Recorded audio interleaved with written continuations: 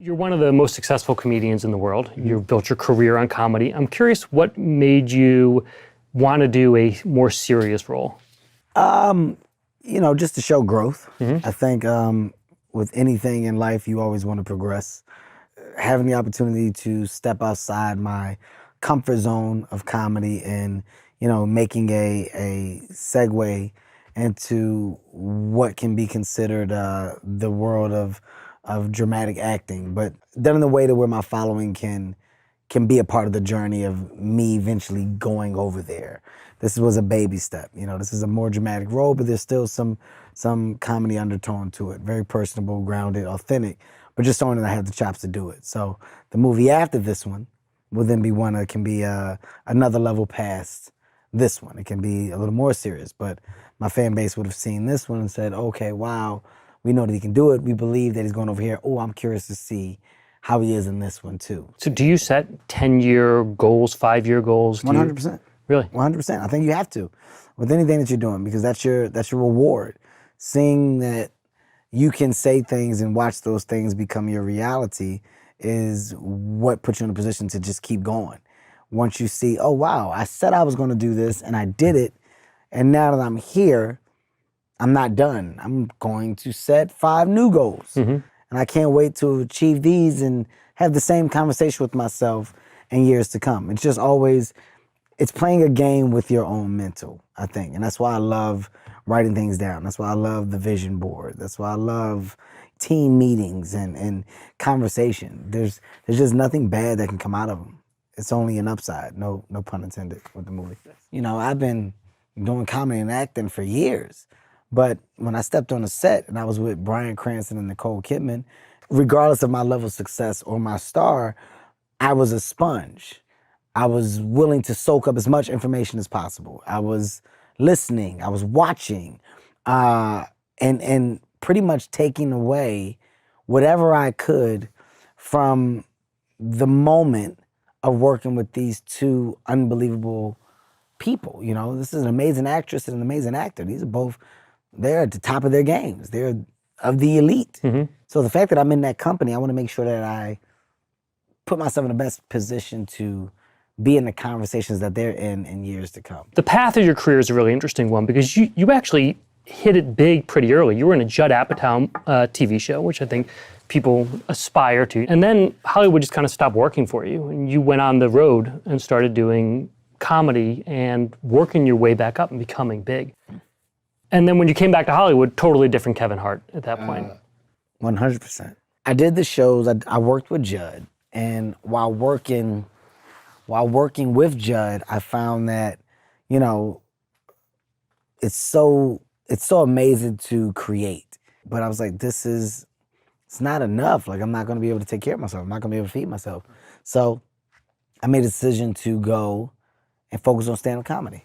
I said, I know that this is here, but I can't just wait by the phone. I need to go put myself in a position where I can create, where I can be active. So I went and did stand-up comedy. I said, I want to focus on my stand-up comedy. Over the course of like 3.5, 4 years, I built my fan base up. My fan base was now selling out all shows. So now I don't have to do comedy clubs because now I can do little theaters. Now I've built all of this up by just being persistent and saying, idle time is idle mind. So this whole time you're making these tours, is Hollywood calling you also? Are you starting to, and did you turn down work that would have brought you back? Well, it wasn't like I was turning down a crazy amount of work because it wasn't coming in. All right. So you were able to stay focused. I was not only focused, I was just determined to make you realize what I am. Right. Because I know what I am. Nobody else knows what you are but you. You're your own competition. And when I realized what I was like, there's no shot at me losing focus. There's no shot at me not finishing the job at hand. By the time I'm done, Hollywood is going to go, whoa, that guy's out there moving tickets. Who is this new star? Keep in mind, I've been around for years. But they don't know and they don't have a real reason to. But now I'm going to force your hand. I'm going to make you aware. That's the beauty of stand-up comedy. And I've read something you said before where you talk about not wanting to be work for hire. That during this process, you realized that you were the product and you wanted to own the product. Mm-hmm. How did you come to that realization, and what has that meant in terms of how you guide your career? You know, if you need me, you need me. If you don't, you don't. That's not good. You know, how am I gonna really support those around me? How do I position myself to be so much more than that? How do I learn? Where am I supposed to figure it out at? I went out and I used some examples. Will Packer was doing a bunch of movies and he was producing them. He approached me to produce a movie that he wanted to do. He's like, Kevin, this is something that's dear to my heart. I want to do it. I would love for you to be in it. You can star in it. I think it'll be great for you. All right, dope. I want to do it. But then I watched him. I watched how he put stuff together. And doing that, I was like, yo, I can do that. I can do what he's doing. I already got the infrastructure. I already got the company set up. I got the office building. I can easily get the rest of the buildings. I can easily get space because I got money from stand-up. My money from stand-up can help me leverage and do the things that I want to do. Once I figured out how to get Heartbeat Productions running and off the ground, things started to click so much easier. That was the turning point, starting your own company? Well, because now I'm producing for me. Mm-hmm.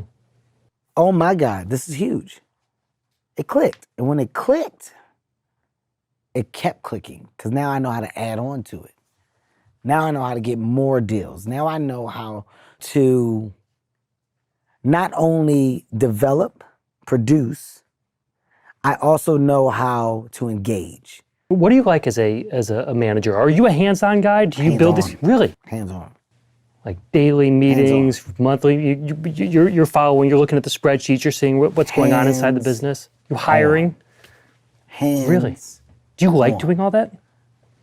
I like it because right now it's my baby. Right. I'm watching it evolve because I'm putting the pieces to the puzzle in place. I'm hiring the right people. I'm having the people that I hire feel comfortable enough to know that they're a part of something that's much, much bigger. Much, much bigger. I spent a lot of this week talking about the Oscars controversy. You talk about helping out young comedians, guiding the way for them. What lessons should they take out of what you've just been through? If you take a lesson from what I've been through, just pay attention. Pay attention, man. Just one man's misfortune is another man's fortune, you know? There's lesson learned in all of this for everyone. And it's just, it's very easy for things to go away. It's hard to achieve them. Right. It's very hard to get there. It's easy for it to go away. And you're living in a time where, because it's so easy, you have to just be careful. Just make sure that you're always handling yourself correctly, you know?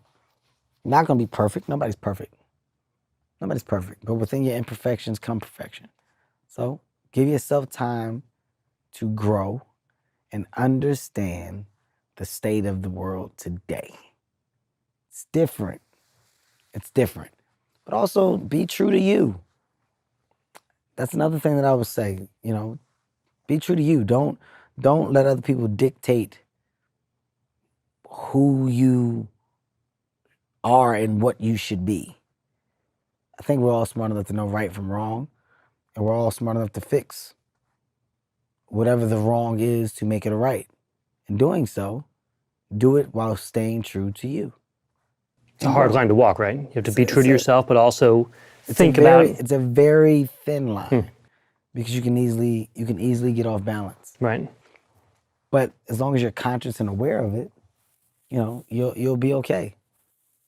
That's what I'll say.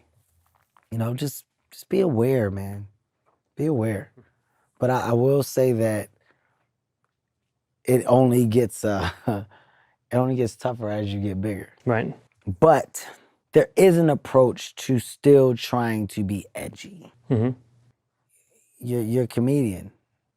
If you're a comedian, you're supposed to be able to say the things that other people think, but they won't say. Right.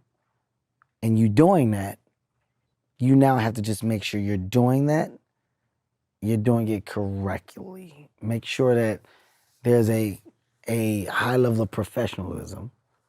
And if you are a comic that chooses to go down that insensitive road, just understand that there's going to be backlash for it and be prepared for that. If that's what you want and that's who you want to be, then by all means do it. I'm not here to change you. Right. Do it. Not here to change it all, but just be smart in your approach to it. And I would say that I think that's the dopest thing about my change is that I've done that. And that's why I decided just to be done with the situation, because the change came in the last 10 years that act as proof of somebody that got it, understood it, and adjusted and adapted to the times of today. You must get people that come to you all the time that are like, hey, I'm working in a fast food job, or I'm working this job, which I hate. I really want to be a comedian, or I want to be an actor. What kind of advice do you tell them? I mean, that's tough, man. That's tough. Say, don't do it? No, you definitely don't say that. I'm not a dream killer. I just don't like talkers. So many people love to say what they're going to do. So many people love to voice it just so they can hear themselves say it. Right. Yeah, man, you know what I'm thinking about doing today? I'm probably gonna go and hey, you know what, man? I just started. I'm probably tomorrow get up in the morning, go down and do some. Just like to hear yourself say it. Right. It's so hard for some people to follow through and actually put action behind the words. So my advice is to not be a talker because you can. Be the person that actually puts action behind it. And when you know that you're that person, then start picking people apart for advice and direction and what to do, what not to do. Because you know that you're going to take it and you're going to apply it. But when you don't know if you're even capable of taking information and going and using it, don't ask for it. So my advice is to not be a talker, be a doer. Be a person that wants to put punctuations on sentences, not just keep running them on. Run-on sentences are the worst. They just don't stop. You're like, where's your period? You didn't put a period on one sentence. Finish something. You got to finish something. All right. Well, Kevin, thank you very much. Thank you so much.